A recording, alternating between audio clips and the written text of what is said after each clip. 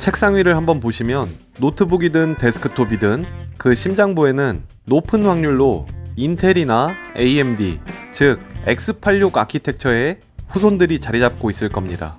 하지만 1980년대 초반 컴퓨터 공학을 공부하던 학생들과 현장의 엔지니어들에게 어떤 프로세서가 가장 완벽한가요? 라고 물었다면 아마 10중8구는 이 이름을 답했을 것입니다.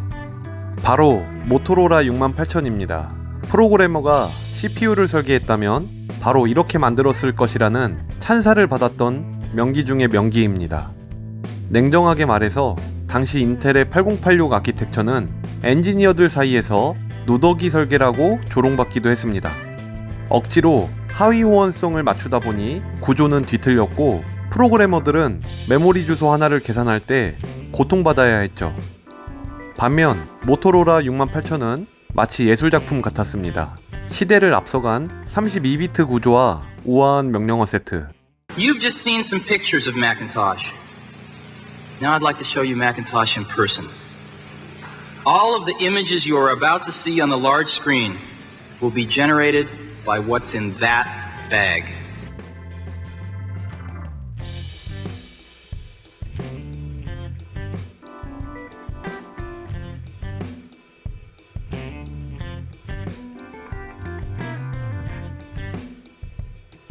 그런데 왜 역사는 이 아름다운 천재가 아니라 지저분한 생존자였던 인텔의 손을 들어주었을까요? 사건의 발단은 1980년 거인 IBM이 개인용 컴퓨터 시장 진출을 선언한 프로젝트 체스였습니다. 당시 IBM은 단 1년 안에 PC를 완성해야 했죠. 당연히 당시 최고의 CPU였던 모토로라 68000이 강력한 후보로 올라왔습니다. 성능도 미래 지향성도 68000이 압도적이었으니까요. 하지만 IBM의 선택은 뜻밖에도 인텔의 8088이었습니다. 이유는 허무할 정도로 현실적이었습니다. 첫 번째, 68000은 너무 비쌌고 수급이 불안정했습니다. 두 번째는 68000을 쓰려면 주변 회로까지 전부 비싼 16비트용으로 새로 설계해야 했죠. 반면 인텔 8088은 내부에 16비트였지만 외부와는 8비트로 통신했습니다. 덕분에 이미 시장에 널려있던 싸구려 주변 기기들을 그대로 가져다 쓸 수 있었죠. IBM은 기술적 완벽함 대신 빠른 출시와 낮은 가격을 선택합니다. 이 선택 하나가 향후 40년의 컴퓨팅 역사를 결정짓게 됩니다. 애플의 리사와 매킨토시, 세가의 게임기, 그리고 수많은 워크스테이션이 68000의 깃발 아래로 모였습니다. 그리고 인텔 제국에 대항했죠. 결과는 이미 알고 계신 대로입니다. 당시 엔지니어들이 68000의 설계도를 보고 예술이라고 부른 이유는 명확합니다. 바로 레지스터의 자유 때문이었죠. 68000에는 8개의 데이터 레지스터와 8개의 주소 레지스터가 있었습니다. 놀라운 건 이들의 역할이 완벽하게 대칭적이었다는 것이죠. D0에 넣든 D7에 넣든 프로그래머가 마음먹은 대로 자유롭게 데이터를 요리할 수 있었습니다. 하지만 인텔 8086은 어땠을까요? AX는 계산용, CX는 반복문 카운트용, DX는 이출력용, 레지스터마다 고집스러운 전용 역할이 정해져 있었습니다. 프로그래머는 마치 좁은 부엌에서 도구 하나하나를 반드시 지정된 위치에만 놓고 써야 하는 요리사 같았죠. 루프 하나를 돌리려고 해도 특정 레지스터를 비워야 했고 데이터를 옮기느라 불필요한 코드를 계속 추가해야만 했습니다. 한마디로 강박적인 설계였죠. 그리고 놀라운 건 68000의 미래지향성입니다. 1979년에 나온 칩임에도 불구하고 내부적으로는 이미 32비트 연산을 완벽하게 지원했습니다. 당시 인텔이 당장 눈앞에 16비트 시장을 선점하려 급급할 때 모토로라는 이미 10년 뒤에 32비트 시대를 설계도에 그려놓고 있었죠. 덕분에 68000용으로 짠 프로그램은 훗날 진정한 32비트 CPU가 등장했을 때도 아무런 수정 없이 그대로 작동할 수 있었습니다. 결정적인 차이는 메모리 주소 방식에서 나타납니다. 8086은 메모리를 64KB라는 작은 방으로 쪼개서 관리하는 세그먼트 방식을 사용했습니다. 1MB를 다 쓰려면 개발자가 주소 계산기를 두드려가며 방 번호를 계속 바꿔줘야 했죠. 반면 68000은 0번지부터 끝까지 막힘없이 이어지는 플랫 메모리 구조였습니다. 개발자에게 68000은 그야말로 탁 트인 고속도로와 같았습니다. 그래서 당시 개발자들 사이에서는 이런 비유가 유행했습니다. 68000으로 코딩하는 건 매끄러운 트랙 위에서 최신형 스포츠카를 모는 기분이지만 8086은 짐을 가득 실은 화물차를 몰고 비포장 도로를 달리는 기분이다. 설계의 아름다움과 성능, 그리고 미래를 보는 눈까지 68000은 완벽한 승자가 될 모든 조건을 갖추고 있었죠. 하지만 비즈니스의 세계는 때로 아름다운 스포츠카보다 지저분하지만 당장 짐을 더 많이 실을 수 있는 화물차의 손을 들어주기도 합니다.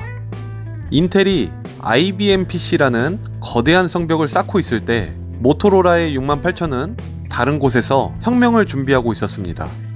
바로 애플의 매킨토시였죠. 스티브 잡스는 인텔의 조잡한 설계를 혐오했습니다. 화면에 점을 찍는 비트맵 그래픽과 화려한 폰트를 부드럽게 돌리려면 68000의 우아하고 강력한 성능이 반드시 필요했기 때문입니다. 매킨토시가 세상을 향해 첫인사를 건넸을 때 그 심장박동을 만든 건 바로 모토로라였습니다. 하지만 68000의 진짜 전성기는 우리에게 더 친숙한 곳에 있었습니다. Young Bobby Engels has a problem. He needs to earn the respect of his peers. So he gets Sega Genesis, the ultimate action system. And then he buys Mortal Kombat, the arcade edition, and the all-new Shinobi 3, and Marvel's X-Men. Now, things are pretty much okay. I said chocolate chip. Say it. Say it. 바로 오락실과 거실이죠. 90년에 오락실을 점령했던 캡콤의 CP 시스템, 스트리트 파이터 2와 파이널 파이트를 돌리던 CPU가 무엇인지 아시나요? 바로 모토로라의 68000입니다. 여기에 세가 제네시스, 즉 메가드라이브는 본체에 당당하게 16비트라는 로고를 새기고 등장했습니다. 소닉의 그 압도적인 스피드는 인텔 칩 기반의 PC에서 감히 꿈도 꿀 수 없는 퍼포먼스였죠. 네오지오부터 샤프의 X68000까지 당시 성능 좀 나온다 하는 기계들은 예외 없이 이 칩을 선택했습니다. 전문 엔지니어들의 세계에서도 68000은 절대적이었습니다. 선 마이크로 시스템즈와 HP의 초기 워크스테이션들은 인텔 PC를 장난감으로 취급했었죠. 복잡한 계산과 안정적인 멀티태스킹이 필요한 전문가용 장비에서 68000은 표준이나 다름없었죠. 80년대 후반부터 90년대 초반까지 세상은 둘로 나뉘어 있었습니다. 지루한 스프레드 시트를 돌리는 사무용 인텔 PC, 그리고 그래픽과 게임, 예술과 과학을 담당하는 창의적인 68K 기기. 기술적으로나 문화적으로나 68000은 명실상부한 시대의 주인공이었습니다. 하지만 이 화려한 전성기 뒤편에는 인텔이 조용히 칼을 갈고 있었습니다. 그리고 모토로라가 저지른 치명적인 실수들이 이 천재의 몰락을 앞당기기 시작합니다.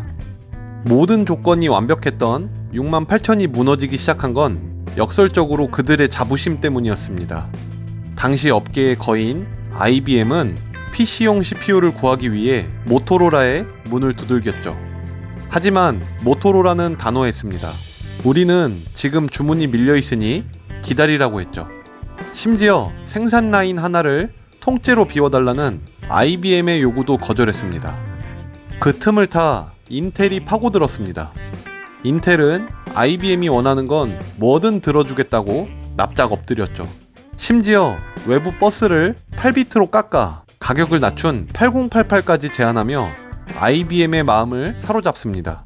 비즈니스 역사상 가장 뼈아픈 헛발질이 일어난 순간입니다. 현실적인 문제는 또 있었습니다.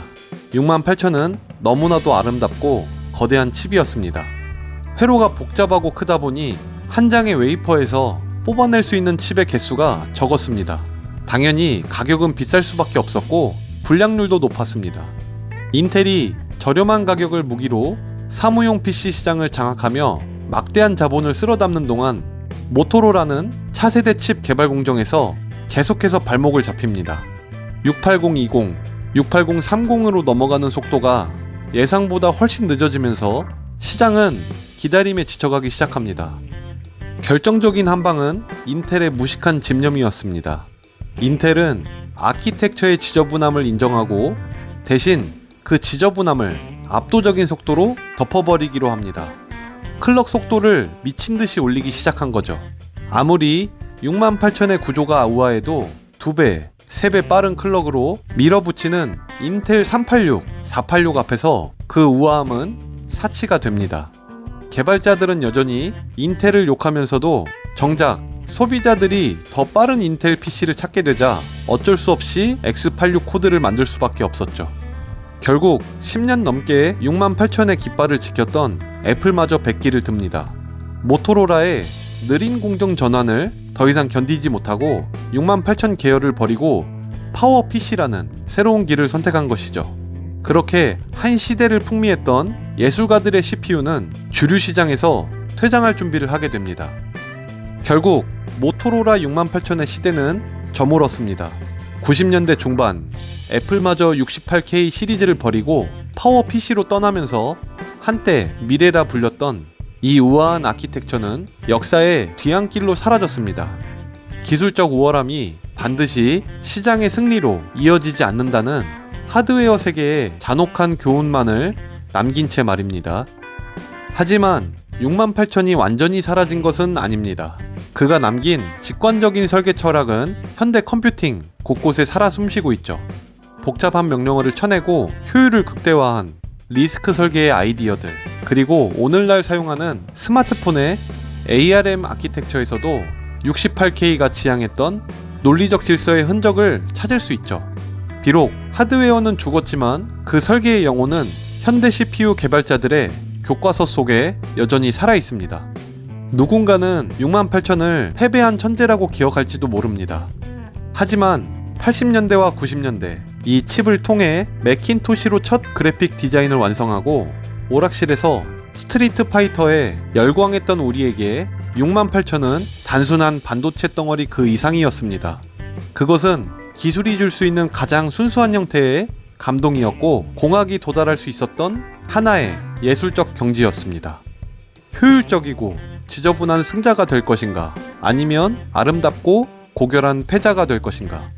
인텔과 모토로라의 전쟁은 끝났지만 이 질문은 지금 이 순간에도 새로운 기술을 만드는 모든 이들에게 유효한 화두로 남아 있습니다.